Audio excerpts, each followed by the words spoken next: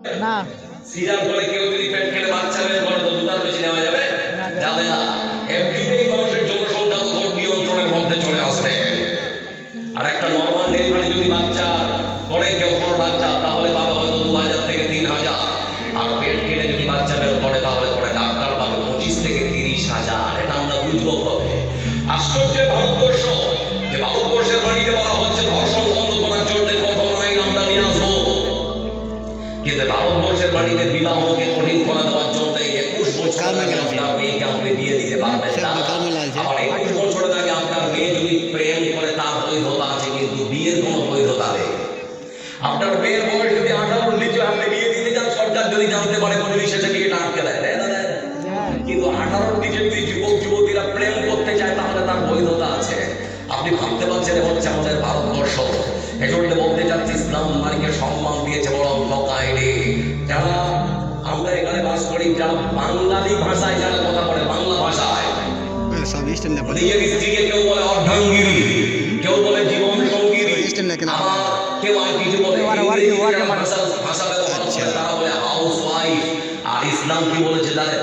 ইসলাম নারীদেরকে সম্মান দিতে দিতে দিতে দিতে ইসলাম ঘোষণা করেছে তোমরা হচ্ছে ঘরের রানী। ইসলাম বলেছে নারীদের তোমরা হচ্ছে ঘরের রানী। আপনারা যারা এই যে কয়েকজন এখানে বসে আছেন, লক্ষ্য করে উপলব্ধির দিকে আপনার বাড়িতে 3টে কন্যা সন্তান আছে, জান্নাতে যাওয়ার সুযোগ আছে। আপনার বাড়িতে 3টে মেয়ে যদি হয় তাহলে পরে জান্নাতে আগ্রহের জন্য। আপনার বাড়িতে যদি 2টো মেয়ে থাকে তাহলে রাসূল বলেছেন আমার সঙ্গে থাকার সুযোগ সেই মা এবং বাবার জান্নাতের মধ্যে। তাহলে মেয়ে হওয়া ভালো না খারাপ? ভালো। কথা বলেন ভালো না খারাপ? আচ্ছা, এতগুলো পর যে কথা বললাম ইসলাম তাহলে এবার নারীকে সম্মান দিয়েছে, তাই তো নাকি? প্রথম একটা ধাপ, নারীকে সম্মান দিয়েছে ইসলাম মেয়ে হিসেবে। এমন একটা সময় ছিল যে সময় নারীদেরকে হাটে বাজারে গরু ছাগলের মতো বিক্রি করা হতো। बैशकपुर बलरामपुर विधायिका संगीता देवी ধারাবাহিকভাবে আপনাদের সামনে আলোচনা দিয়ে আসছি। থাকবেন ইনশাআল্লাহ, এবার বলি ইনশাআল্লাহ। মহান আল্লাহ রাব্বুল আলামিন তিনি বলেন وَإِذَا بُشِّرَ أَحَدُهُم بِالْأُنثَىٰ ظَلَّ وَجْهُهُ مُسْوَدًّا وَهُوَ كَظِيمٌ। বিশাল পৃথিবীর মানুষেরা এমন একখানা তারা সময় পার করেছে, এমন একখানা যুগ পার করেছে বন্ধু আমার, যে যুগকে বলা হতো অসভ্যতার যুগ, যে যুগকে বলা হতো সেই সময় কোনো ভয় মেয়ে কন্যা সন্তান জন্ম দিয়েছে, সেই মেয়ে সন্তান জন্ম দিয়েছে, আর সেই সুসংবাদ যদি তার বাবার কানে পৌঁছে দেওয়া হয়েছে, মেয়ে হয়েছে এই কথা শোনার সঙ্গে সঙ্গে তার বাবা ঝাপসা হয়ে গেছে, কালো হয়ে গেছে। তার বাবা মেয়ে নিতে পারেনি, অনেক অনেক সিদ্ধান্ত নিয়েছে আমার বাড়িতে আমার ঘরে কন্যা সন্তান জন্ম নিয়েছে, এই কন্যা সন্তানকে যদি আমি বাঁচিয়ে রাখি তাহলে পরে আমার সম্মান থাকবে না, না থাকবে হত্যা করার জন্য পরিকল্পনা শুরু করেছে। আমার বন্ধুরা নিজ কন্যা সন্তানকে মেরে ফেলার জন্য সেই সন্তান তখন সেই কন্যা সন্তানকে যে গলা টিপে হত্যা করেছে বন্ধু আমার। তাহলে তার বাবা চিন্তা ভাবনা করেছে আমার মেয়ে যদি বড় হয় পরের বাড়িতে যাবে, বাবুরির কাজ করবে, ধপার কাজ করবে, নেপুরের কাজ করবে, আমি বাবা হয়ে কখনো সহ্য করতে পারবো না। সেজন্য হত্যা করে ফেলেছে সেই যুগের মানুষেরা। তার প্রমাণ হিসেবে বন্ধু আমার একজন সাহাবী যার নাম হলো কায়েস ইবনে আযিম রাদিয়াল্লাহু তাআলা আনহু, রাসূল সাল্লাল্লাহু আলাইহি ওয়াসাল্লামের কাছে আসার পরে বলতে শুরু করেছেন, হে আল্লাহর রাসূল, আমি আমার জীবনে এমন একখানা পাপ করেছি যে পাপ আমাকে সারাদিন ধরে ঘুরে ঘুরে খায়, আর আমাকে প্রশ্নবিদ্ধ করে, আর আমাকে বলে ও কায়েস ইবনে আযিম, তোমার জীবনের এই পাপ মনে হয় কোনোদিন মাফ হবে না। আল্লাহ রাসূলকে জিজ্ঞেস করেছেন, বলো তুমি কি এমন পাপ করেছো? কায়েস ইবনে আযিম রাদিয়াল্লাহু তাআলা আনহু তিনি তখন বলছেন, হে আল্লাহর রাসূল, আমি আমার জীবনে যে বড় সব থেকে বড় অন্যায় করেছি, আমি যখন বিয়ে করে আমার স্ত্রীকে বাড়ির মধ্যে নিয়ে আসলাম, আমার স্ত্রী প্রথমবার সন্তান ভূমিষ্ঠ করেছে মেয়ে, আমি মেয়ে বলেছে বলে মেয়েকে মেরে দিতে পারিনি, নিজে নিজ হাতে গলা টিপে হত্যা করলাম।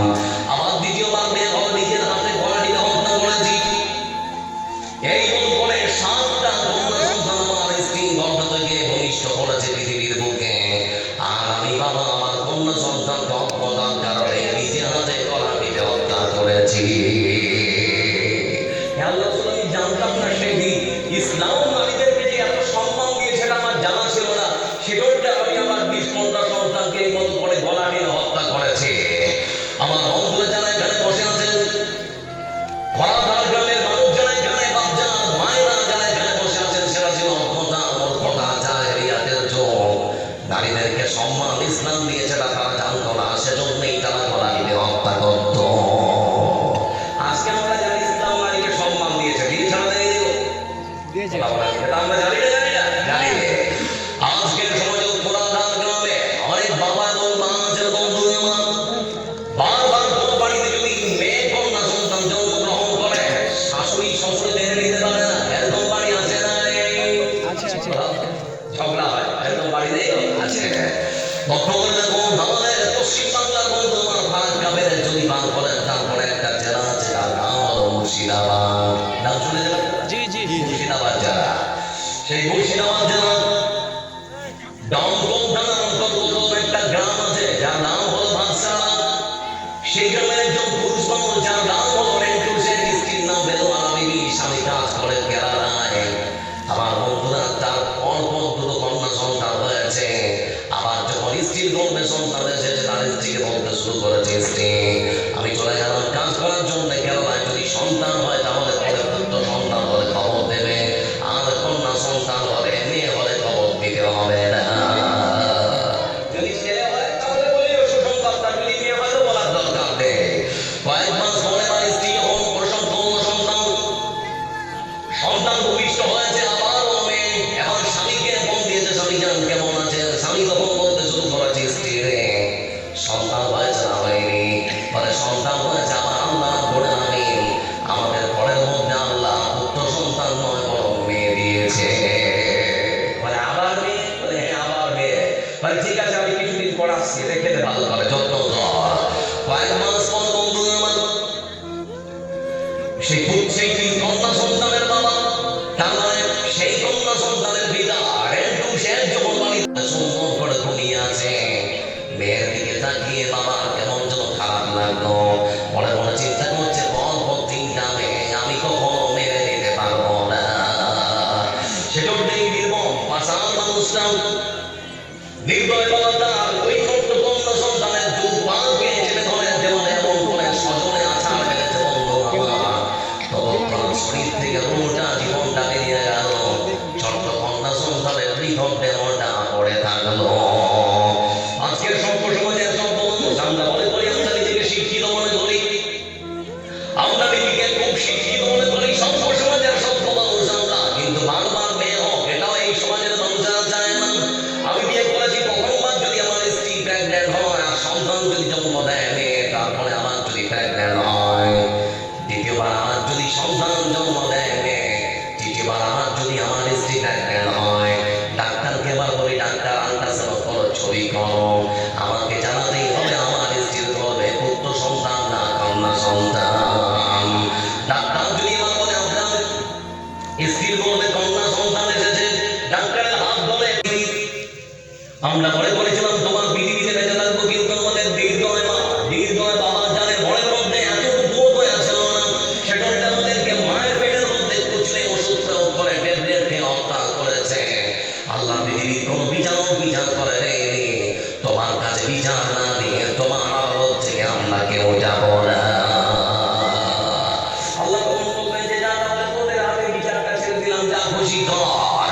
ওই ছোট্ট ছোট্ট কন্যা সন্তানের ঠিক সেই সময় তার বাবা একবার হাতটা ধরে বলতো, টানতে টানতে টানতে টানতে জাহান্নামের কাছে নিয়ে গিয়ে ধাক্কা মেরে ফেলে দেবে। এজন্য বলতে চাচ্ছি বন্ধু আমার, আপনার বাড়িতে মেয়ে আছে মনে করবেন, আপনার বাড়িতে রহমত এবং বরকত আল্লাহর পক্ষ থেকে বর্ষিত হয়। আপনার বাড়িতে মেয়ে আছে, আপনি সৌভাগ্যবান বাবা। আচ্ছা, যারা এখানে বসে আছেন একটা প্রশ্ন করছি, তিনজন মেয়ে আছে, কার কার একটা হাত তুলুন তো। তিনটা মানে এখানে চারটা পাঁচটা কি আছে। আমার বন্ধু দেখুন, রাসূলুল্লাহ সাল্লাল্লাহু আলাইহি ওয়াসাল্লাম তিনি বলেন, মান কানা লাহু সালাসু বানাতিন ফাসাবারা আলাইহিন্না ওয়া আত'আমাহুন্না ওয়া সাকাহুন্না ওয়া কাসাহুন্না মিন জিনাতিহি কুন্না লাহু হিজাবান মিনান নারি ইয়াওমাল কিয়ামাহ। খরাধার গ্রামের বাপজান মায়ের আমার শুনে আপনার বাড়িতে যদি তিনটা মেয়ে আপনার স্ত্রী সন্তান প্রসব করতে পারে, তাহলে পরে আপনি সন্তান সাল্লাল্লাহু আলাইহি ওয়াসাল্লাম তিনি বলেছেন ফাসাবা আলাইহিন্না তিনজন মেয়েকে পেয়ে যদি তার বাবা ধৈর্য ধারণ করতে পারে সময় সময় যদি তাদেরকে খেতে দেয় পড়তে দেয় পিপাসা মিটায় রাসূলুল্লাহ সাল্লাল্লাহু আলাইহি ওয়াসাল্লাম তিনি বলেছেন সেই তিন কন্যা সন্তানের বাবা আর মা তাদের জন্য আল্লাহ রাব্বুল আলামিন জান্নাতের আগুনকে হারাম করে দিয়েছেন সুবহানাল্লাহ বলেন না তিনটে মেয়ে তার মানে আপনি জাহান্নামে যাবেন না জাহান্নামের রাস্তায় ঢাল হয়ে দাঁড়িয়ে থাকবে তার মেয়েরা আল্লাহকে বলবে আল্লাহকে বাপ্পাকে জান্নাত দাও তারপরে রাস্তা ছাড়বো না বলে ছাড়বো না আবার আরেক হাদিসের মধ্যে বলা হচ্ছে শুনে নাও রাসূল সাল্লাল্লাহু আলাইহি ওয়াসাল্লাম তিনি বলেছেন কাবারিতে যদি তিন কারণে হয় তাআদ্দাবা কুল্লা ওয়াজাওয়াজা কুল্লা ওয়া আহসানা ইলাইহিন্না ফালাহুল জান্নাহ রাসূলুল্লাহ সাল্লাল্লাহু আলাইহি ওয়াসাল্লাম তিনি বলেছেন কাবারিতে যদি তিন কারণে হয় তাহলে পরে আমি রাসূল সাল্লাল্লাহু আলাইহি ওয়াসাল্লাম বলছি তাআদ্দাবা কুল্লা তার বাবা মা যদি তার মেয়েকে সুন্দর করে শিষ্টাচার শেখাতে পারে ভালো আদব কায়দা যদি শেখাতে পারে ফাদ্দাবা কুল্লা বড় হলো ওয়াজাওয়াজা কুল্লা তারপরে বিয়ে দিল তারপরে বিয়ের পরেও সেই মেয়ের সঙ্গে যদি ভালো ব্যবহার রাখতে পারে রাসূল সাল্লাল্লাহু আলাইহি ওয়াসাল্লাম তিনি বলছেন সেই বাবা মা মরার পরে আল্লাহর জান্নাতে যাবে সুবহানাল্লাহ বলতে পারলেন তারপরে ঠিক বুঝতে পারছেন এক জান্নাতে এক হাদিসে বলা হচ্ছে জাহান্নামের আগুন হারাম আরেক হাদিসে বলা হচ্ছে তিনটে মেয়ে আছে যার তার জন্য জান্নাতের দরজা খোলা আচ্ছা এখানে দুজন মেয়ে আছে কার কারণে আপনাদের মন খারাপ নাকি মন খারাপ না বলে মূল বিষয় আমাদের জন্য কিছু আছে না দেখি রাসূল সাল্লাল্লাহু আলাইহি ওয়াসাল্লাম তিনি বলেন মান আলা জারিয়াতাইন হাত্তা তাবলুগা জা ইয়াউমাল কিয়ামা আনা ওয়া হুয়া কাহাতাইন ক্বালা আল্লাহুম্মা আসাবিয়া রাসূল সাল্লাল্লাহু আলাইহি ওয়াসাল্লাম তিনি বলেছেন ফারাদা তাকে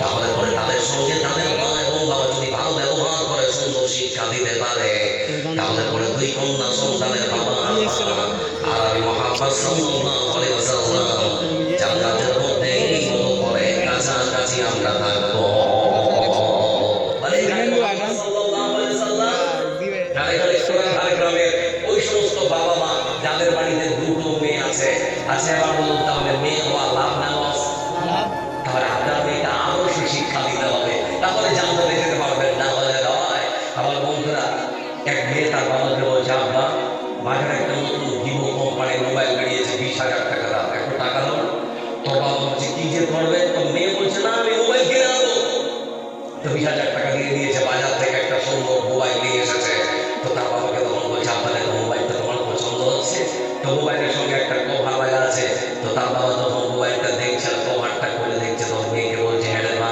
একটা কাজ করতাম মোবাইল কিনে নিয়ে আসছে তার সঙ্গে কভার কেন মোবাইলের তো সৌন্দর্যটা নষ্ট হয়ে গেছে কভারটা খুলে ফেলে দে তোর মেয়ে তখন বলছে আব্বা এই মোবাইলের পিছনে যে কভারটা দেখতে পাচ্ছ তার প্রোটেকশনের জন্য পড়ে গেলে হাত থেকে যেন নষ্ট না হয় ভেঙে যেন না যায় এর রক্ষণাবেক্ষণের জন্য মোবাইল কোম্পানির মালিক সুন্দর করে একটা কভার দিয়েছে এটা অনেক দামি ফোন তো সেই জন্য তার বাবা তখন থেকে মনে মনে শুধুমাত্র এই পৃথিবীর মুখে 20,000 টাকা দামের মোবাইলের জন্য মোবাইল কোম্পানির মালিক যদি সুন্দর করে একটা কভারের ব্যবস্থা করতে পারে যে মহাসত্তা আল্লাহ রাব্বুল আলামিন তোমাদেরকে পৃথিবীর মুখে পাঠিয়েছেন সেই মোবাইলের থেকে নারী কম না তোমাদের সম্মান আল্লাহর কাছে আরো বেশি সেজন্য মোবাইলের কভারের মতো করে মা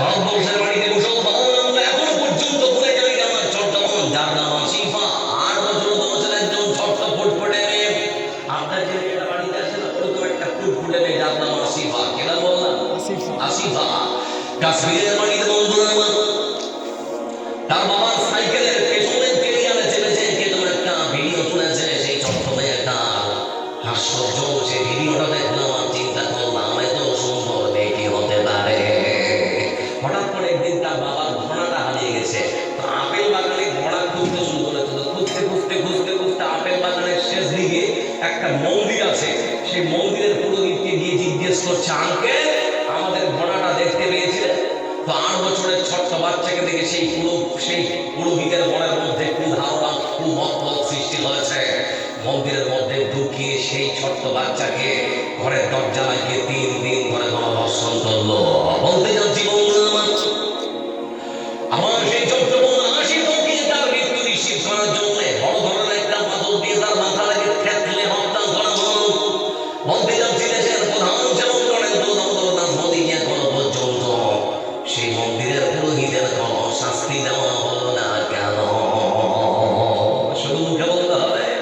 পরিণত করতে হবে। শুধু মুখে বললে হবে না যে আমরা নারীদের মেয়েদের সম্মান আর মর্যাদা দিয়েছে। এখানে শুধুমাত্র আমাদের পশ্চিমবঙ্গের পার্শ্ববর্তী বিহারের পার্শ্ববর্তী একটা রাজ্য আছে ঝাড়খণ্ড, নাম শুনেছেন? আমার বন্ধুরা কিছুদিন আগে দেখেছিলাম, কয়েক বছর আগে আমার এক মুসলমান যুবক ভাই, যার নাম হল টাপরে জানসানি। টাপরে জানসানিকে কারেন্টের ঘড়িতে বেঁধেছে, বাধার পর জয়শ্রীরাম ঘড়ি দিয়ে তাকে মারতে মারতে মারতে মারতে হত্যা করেছে। এখনো পর্যন্ত আমার ভাই টাপরে জানসানির মেয়ে যে বিধবা হয়ে টাপরে জানসানিকে যারা পিটিয়ে গণহত্যা করেছে, এখনো পর্যন্ত তারা শাস্তি পেল না কেন? আমার টাপরে জানসানি ভাইয়ের স্ত্রীকে এখনো পর্যন্ত সম্মান আর মর্যাদা দেওয়া হলো না কেন? বলতে চাচ্ছি বন্ধু আমারা শুধুমাত্র মুখে বলতে পারে, আপনার মেয়ের সম্মান মর্যাদা এরা আসলে দিতে পারে না। আরেকটা শর্ত করে বলছি, আমাদের পশ্চিমবাংলার মুর্শিদাবাদের বহরমপুরে একটা বেসরকারি হাসপাতাল আছে, গীতারাম হসপিটাল। কি নাম বললাম? গীতারাম হসপিটাল। সেই হসপিটালের একজন মানে বেশ ভালো ধরনের একজন নাম মুসলমান, যার নাম সাবরিন আক্তার বানু, সুন্দর করে হিজাব পরে যেই ঢুকেছে, ঠিক সেই সময় সেখানকার যিনি প্রধান দায়িত্বে আছেন উনি বলছেন, এই হিজাব করে তোমাকে বাদ থেকে আসতে হবে। আমার বোন সাবরিন আক্তার বানুনি বললেন, স্যার এতদিন তো হিজাব পরে আসছিলাম, আপনি তো বাধা দেননি, আজকে হঠাৎ করে বলছেন কেন? বলে না, যেটা বলছি সেটাই তোমাকে শুনতে হবে।